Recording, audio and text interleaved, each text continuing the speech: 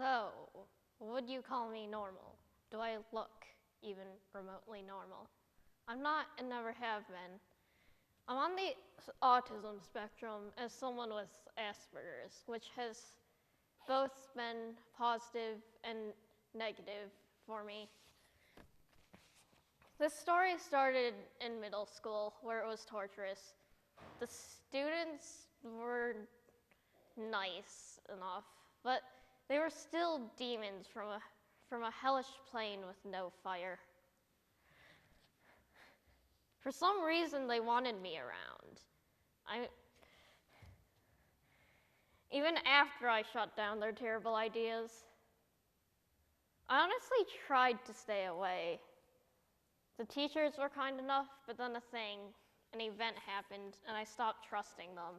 Trusting authority had become hard for me. That was my lowest point in my life. I tried to blend in, but constantly failed with little quirks here and there. The divergent point was probably coming to community high school. At community, it was a breath of fresh air for me. I didn't really communicate until my second year there. Around the same time, I began exploring blogs, Twitter, and the internet in general. I came across people who wrote about curing people like me, and also disabilities rights activists who I had some chats with online. It was kind of like a ray of sunshine because these people were relatable, unlike the way media usually portrays them as savants. These people were closer to how I was, closer to human.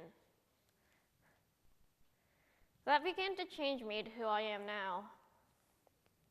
This was a path that I knew I could be something. I wanted to help. I wanted to know that when I die, I was someone who actually did something, not worthless, useless. I bring this up because I'm not subdued, but I'm not cured, but the effects have faded to a lesser degree.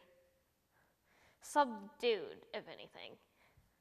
I say subdued because it's not truly gone, but the effects are still there, but the effects are stunted for a while. True, it means they will likely come up again. But this is my brain. If you change even a little bit, I feel like you'll change also the person. I molded many ideas from what I learned.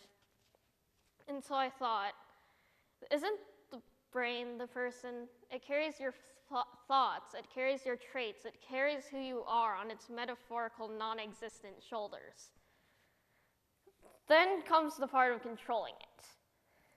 Except you can't, because it controls you. Often there is a logical mindset, which makes empathy somewhat hard to do. Autistics have empathy, but logic tends to take control first. So sometimes I have to take a buffer moment to comprehend emotions. And I have sensory problems, which is why I don't like going to loud parties. That's just one example, but you get the idea. But I feel like Asperger's also gives me an advantage. If I actually focus on an idea, then I'll get a lot done. And I have a better memory than others. Recently, a classmate was trying to remember what harmful chemical was in hair dyes, and they remembered that it started with an A, and I thought ammonia, because I remembered the substance in chemistry class. It just makes no sense that people are trying to cure something that will still have some kind of effect later. It just makes no sense to cure something that you can't completely cure. And it makes no sense to cure attributes and quirks that can help me. So I come back to the word subdue. If Asperger's were a monster, tame it, please don't kill it. If you need counseling, you probably should.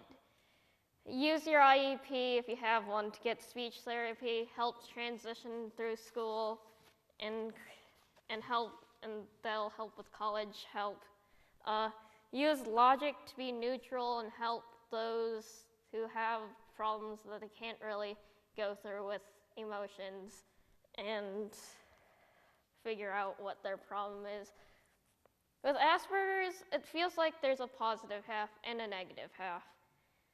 Treasure the positive and learn to control the negative. With half, you can make your life better than it originally was. Thank you.